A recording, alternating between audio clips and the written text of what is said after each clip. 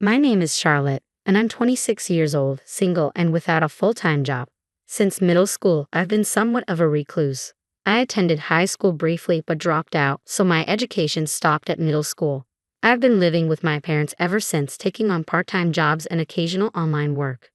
I have an older brother named Sawyer, 3 years my senior. He's the complete opposite of me: athletic, popular, and outgoing. Sawyer never brought friends home, keeping our lives separate. Even if we crossed paths at the convenience store, he'd ignore me. I accepted it as someone else's problem and focused on my own routines.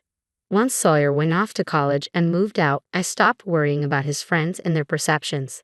Then talk of his upcoming marriage started circulating as he approached 29. It wasn't unexpected. Eventually, he decided to bring his fiancée home to meet our parents, and since I was there that day, I joined them.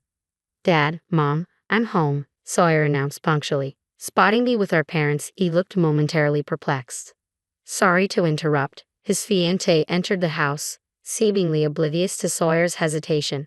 Catching sight of me, she uttered a puzzled, "Ha!" Clearly, she was silently questioning Sawyer about me, whom he likely hadn't mentioned. "Thank you for coming all this way. I'm Sawyer's mother, and this is his father." My mother introduced herself, and my father. The fiancée nodded politely but still appeared puzzled. My father didn't elaborate on my behalf. My parents had always been critical of me for not living up to Sawyer's accomplishments. When we were younger, they used to say, "Your brother can do it, why can't you?" It felt like part of our upbringing. But as we grew older, things changed. Eventually, I was even labeled a burden on the family finances. It seemed they planned to ignore me at this meeting too. "I'll go get some more drinks," my mother announced, rising. She leaned in close as she passed me, whispering, "Why are you here? Go back to your room." I had attended hoping for some family connection on my terms, but it seemed to have backfired. Yet leaving wasn't an option, so I stayed put. My brother's fiancée introduced herself as Isabella. She was my age, 26, stunningly beautiful and poised, emitting an aura that discouraged casual conversation. Sawyer seemed annoyed. He probably didn't want me there. He introduced her to our parents but ignored me completely. It was like I didn't exist. After the marriage discussion ended, casual chatter ensued, but my brother continued to act as if I weren't present. Then Sawyer asked, "So, Charlotte, what do you do these days?" Before I could respond, he cut in, "Never mind, Isabella, you don't need to talk to her." Isabella looked visibly surprised. "It's okay, you don't have to worry," my mother interjected. "Yeah, don't bother, she's just a distant relative," my father added, sealing something inside me. A distant relative, I echoed silently, realizing reconciliation was futile from the start. The meeting ended as if my presence had made no difference at all. Soon after, my brother and Isabella married and began building their new home together. Sawyer, having graduated from college and working at a prestigious company, was still in his 20s but earning well. Isabella had already resigned from her job to become a homemaker. As their house neared completion, we received an invitation to their housewarming party.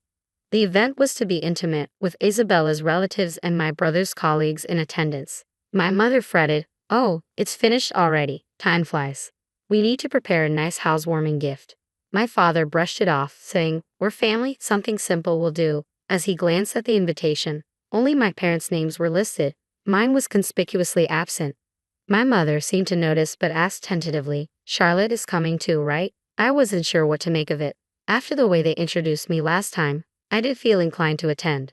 "It's okay if I'm not invited," I offered, but my mother insisted. "No, you're coming. I'll take care of everything." Reluctantly, I agreed to go. On the day of the party, it started raining suddenly. My parents and I took a taxi to my brother's house. Due to the rain, Sawyer and Isabella stayed indoors to greet guests at the entrance. As we arrived, my mother turned to me abruptly and said, "You'll cover the taxi fare," before rushing out with my father, leaving me to pay. Realizing the distance wasn't significant enough to warrant a taxi, I begrudgingly paid the fare and hurried towards the entrance, now soaked from the rain. "Who are you?" Isabella's question caught me off guard. We had only met once before. Perhaps she had forgotten. I introduced myself tentatively. "I'm Charlotte, Sawyer's sister." Her response was chillingly casual, accompanied by a smile. "Ah, the high school dropout. We didn't invite the freeloader living off a parent." Just then, Sawyer returned from inviting another guest inside. He looked at me with disdain, questioning, "Why are you here?" Isabella joined in, her tone changing now that she knew who I was. "Hey Sawyer, I told you not to invite her. Why is she here?" I don't get it, she remarked, aligning with him. She's actually worse, my brother added dismissively. It would have been better if my brother and parents had simply not invited me. Cautiously, I asked my brother, am I really such a stranger because I didn't finish high school? Does that mean I have no education at all? Isabella echoed his sentiments, her demeanor unsettlingly calm throughout. Understood, I said curtly, turning to leave, only to find that the taxi had left. We were not on a main road, making it challenging to hail another. With no umbrella, I trudged away in the rain, the sound of Isabella's laughter lingering behind me. Eventually, I made it home.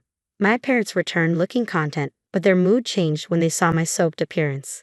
Why did you leave abruptly? Couldn't you even arrange for a taxi home? You're so useless, my mother complained as though it were to be expected. Sorry, I suddenly had a stomach ache, I lied, trying to cover up my abrupt departure. You left just because of that. You're hopeless. Make sure to send the gift later. You're an adult, my father admonished me. I had brought a gift to the party but returned home without giving it. I thought about mailing it, but I didn't have their address. I could have asked my parents, but the atmosphere was tense, I explained. Instead, I decided to reach out to my brother directly. I want to send a gift. Can you tell me the address? I messaged him. His response was blunt and hurtful. I don't give my address to strangers, right? I sighed deeply. It was disheartening to realize that the dominance and disregard I felt extended beyond public embarrassment. Is it really entertaining to assert dominance over me privately, not just humiliate me in front of others? I wondered aloud. The thought that both my brother and Isabella might be sharing these sentiments, possibly even laughing about it together, was deeply unsettling. Either way, it was all incredibly absurd. After giving up on sending a congratulatory gift to my brother and his wife for their housewarming party, I made a decision. I couldn't continue living under the same roof with my family. Despite not having a full-time job, I had saved enough from my part-time work to rent a room and live independently. With spare time on my hands, I ventured into streaming videos, a hobby I enjoyed. Utilizing my knack for identifying trends and boosting viewership, I quickly began earning tens of thousands each month. This income comfortably covered my living expenses, and the surplus allowed me to explore investments, which turned out to be successful. Buoyed by my financial gains, I ventured into running a small import-export business. Life became busy, but in a fulfilling way, absent of family members who used to criticize my screen time. Several months later, my parents, who hadn't contacted me since I left, called unexpectedly. We need your help with Sawyer's financial situation, they said. Why? I asked, genuinely curious about what had befallen my brother, who had recently built a new home. My parents hesitated before explaining that Sawyer had been hosting frequent parties at his new house, networking with various individuals including bosses, executives, clients, and Isabella's acquaintances. During one of these gatherings, someone pitched a lucrative investment opportunity, and Sawyer, enticed by promises of quick returns, invested a substantial sum. I was dumbfounded. My brother had a stable job, so it seemed unnecessary for him to take such a risk. Who recommended this investment? Could it be a scam? I asked, hoping for reassurance. No, it's not. It was one of Isabella's acquaintances, my parents replied, placing their full trust in her. How much do you need? I inquired, shocked by the amount they mentioned, a sum far beyond what an ordinary employee could easily spare. Is that really the amount my brother alone needs? I asked tentatively, already dreading the answer. We were also approached with the same opportunity, my parents admitted reluctantly. I can't come up with that much money so easily. I'm sorry, I began to end the call, but they pleaded, we're your family. Help us out in this time of need. Family, it's a little late for that. I'm busy, and I'm a stranger to you now, right? With that, I hung up the phone. Later, they somehow found out where I worked and showed up unannounced at my office. I was in the midst of a crucial business meeting when my secretary interrupted. There are guests here for you, President. I don't have any other appointments. Who are they? I asked, perplexed. They claim to be your family, ma'am, my secretary replied. What? I felt a shiver of apprehension. Apologizing to my business partner, I excused myself and hurried to the reception area. There stood my pregnant sister-in-law, Isabella, my brother Sawyer, and my parents. You're running the company, huh? Well, it's much smaller than where I work, my brother remarked with a smirk, glancing around my office. Excuse me, who are you? I asked coldly, pretending not to recognize them. What's with the attitude? My brother snapped, his temper flaring. My mother stepped in, trying to smooth things over. We've discussed this before. We need your support. You're successful now, So surely you can help us out, she said shamelessly, as if it were perfectly reasonable to ask for money. It's a crucial time for our family. Isabella is pregnant, and the baby's health is a concern. We need to see a specialist, my father and Isabella chimed in, adding to the pressure as if it were my obligation to solve everyone's financial problems. Employees passing by the reception area glanced over with concern, wanting to defuse the situation quickly. I said firmly, "Please leave. You're causing a disturbance." My brother exploded in anger again. "What?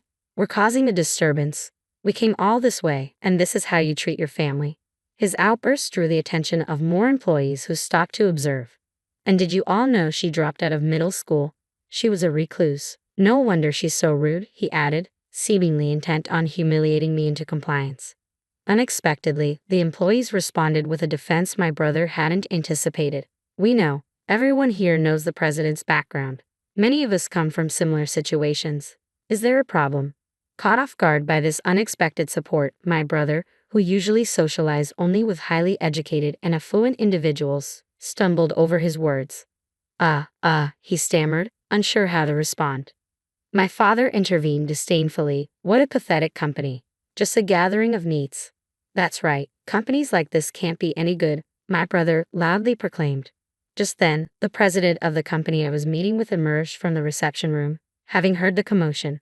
My brother's face drained of color as he glanced at the approaching man. He immediately lowered his gaze. "What's going on here, Sawyer?" Isabella asked, unaware of the trouble. "Shh, don't use my name," my brother hissed urgently to Isabella, but it was too late. Sawyer Long, the division manager. The company president recognized him. "We owe a lot to your company."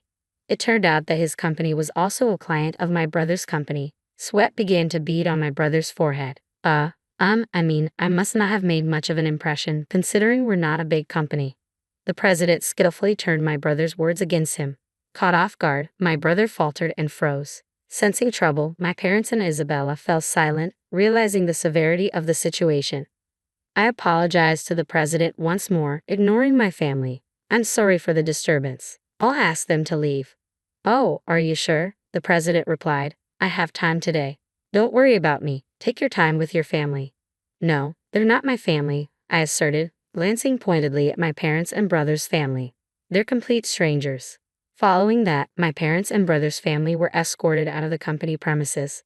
Perhaps stunned by the encounter with the company president, they left quietly. Curious about how my workplace had been exposed, I investigated and discovered that Isabella was responsible. She had a friend who was well informed about investments and always kept an ear to the ground. This friend came across news about a young woman in her 20s gaining recognition as a skilled trader and company owner. Isabella recognized this woman from a photo in the media and realized it was her husband's sister, whom she had heard described as a middle school dropout and recluse. Isabella then informed my brother and parents, suggesting they approach me for financial assistance. Despite their attempts to contact me by phone, which I had ignored due to my busy schedule, they eventually resorted to showing up at my company.